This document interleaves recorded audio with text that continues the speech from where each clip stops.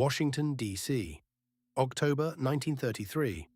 In a packed Senate hearing room, a courtly silver-haired banker, recently retired, universally admired, a director of 50 corporations, leans toward the microphone to answer a question about the crash that ruined the country. The lawyer asking the questions is Ferdinand Pecora, a Sicilian-born prosecutor with a cigar and no reverence whatsoever. And the answer he extracts politely over several astonishing days is this.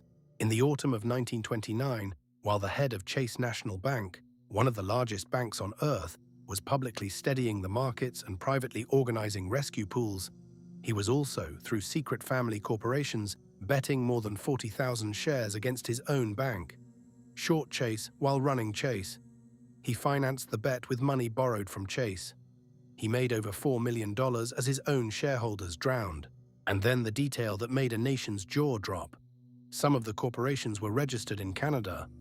For the taxes, his name is Albert Henry Wiggin. He never faced trial. He never faced charges. Because the most profitable trade of the crash of 1929 was completely legal. Tonight, the strangest entry in our ledger, the crime that wasn't won until Congress met the man who committed it. Albert Wiggin is a Massachusetts minister's son, born in 1868, who climbs the classic ladder, clerk, cashier, vice president, with a gift not for spectacle but for relationships. He joins Chase National Bank in 1904 as its youngest vice president, and by 1911 he runs it. What he builds over the next 2 decades is genuinely extraordinary. Chase under Wiggin grows from a modest institution into the largest bank in the world by deposits, swallowing rivals, banking the great corporations, its name a synonym for granite solidity. Wiggin himself sits on the boards of some 50 companies. He is the calm, grey center of American finance. The most popular banker on Wall Street, the papers say, without irony. Popularity in banking is the product. Depositors don't read balance sheets, they read faces. And Albert Wiggin's face, grandfatherly, unhurried Protestant, was worth more than any vault, which is precisely what makes what happens next so perfectly aimed at everything this series is about. Through the 1920s, Wiggin quietly assembles a constellation of private corporations with names like Shermar and Merlin. Pretty names, assembled from the names of his wife and daughters. 3 are American. 3 are Canadian. Their business is Albert Wiggin, holding his investments, multiplying his trades, and, crucially, separating what the banker did in public from what the investor did in private. Understand what he could see from his chair. The head of the world's largest bank sees everything. Which brokers are overextended, which pools are propping, which stocks. How frightened the cool money market really is. In the language of a later era, Albert Wiggin was the ultimate insider. In September 1929, weeks before the cliff, Shermar and its sisters begin selling Chase National Bank shares short. More than 42,000 shares. The financing for these positions comes, in meaningful part, from Chase itself, the bank lending its own chairman the ammunition to shoot at its own stock. Then comes October. As the market burns, Wiggin joins the famous bankers' pool organized to support prices, the public face of stability, while the family corporations ride the collapse down in private. He covers the shorts in November and December near the bottom. Profit, a little over $4 million. On paper, Canadian paper, much of it untaxed. His shareholders, the widows and institutions holding Chase because Wiggin's face meant safety, lose catastrophically. The bank's own capital is soon propping up affiliates stuffed with speculative wreckage. And its chairman retires in 1932 with the board's gratitude and a lifetime pension of $100,000 a year, voted in part by directors whose loans he had personally approved. Enter Ferdinand Pecora, the 10th grade educated immigrant lawyer hired almost as an afterthought by a Senate committee everyone expected to fizzle.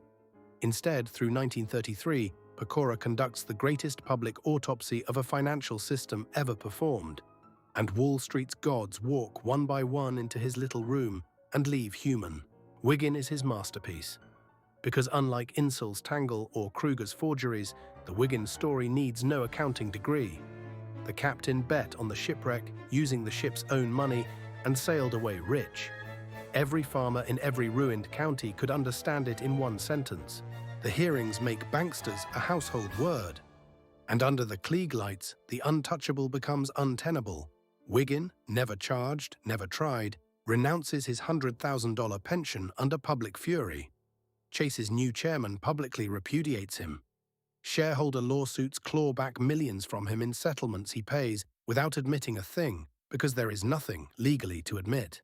He lives another 18 years, wealthy and philanthropic, dies in 1951 and leaves his art collection to the public. A respectable ghost with an asterisk the size of a decade. Here is why Albert Wiggin may be the most consequential man in this entire series, despite never breaking a law. Because he's the reason the law exists. The Securities Exchange Act of 1934, the constitution of modern markets, contains a clause its drafters informally called the anti-Wiggin provision. Corporate insiders are barred from short-selling their own company's stock, and their trades must be disclosed. The disclosure forms that every executive files to this day, the insider trading architecture that sends people to prison in our era. The trail of all of it leads back to a grandfatherly man in a wing collar explaining to Mr. Pecora with genuine puzzlement that everything he did was permitted. He wasn't wrong. That's the horror of it. Every other villain in our gallery broke the rules. Wiggin is the proof that the rules themselves can be the accomplice. That a system can be built where the man at the top profits from the doom of everyone beneath him, shakes every hand honestly, and retires with applause. And the epilogue is quieter than you'd expect. The $100,000 pension his board voted him, for life, he renounced in 1933, once Pecora made keeping it impossible. The civil suits were settled with money he could easily spare. He lived on, comfortable and unprosecuted until 1951, long enough to watch an entire regulatory state get built, brick by brick, around the shape of what he'd done. Think about that. Most men in this series left behind victims. Wiggin left behind paperwork, the disclosure forms, the insider rules, the filings, a permanent bureaucratic monument to one banker's perfectly legal betrayal. Fraud, it turns out, is just the illegal subset of something bigger. The playbook. What Albert Wiggin adds to the manual, the only entry written entirely inside the law. Rule 1, the insider's true edge isn't information. Its position, being the one who steadies the crowd while quietly leaving the building. Rule 2, whatever isn't forbidden will eventually be done by the most trusted man available. Trust without disclosure is a blank check. Rule 3, when the scandal is legal, the reckoning arrives as legislation. The paper empire ledger holds at roughly 351 million stolen.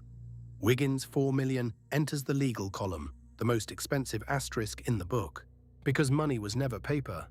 It's belief wearing paper's clothes.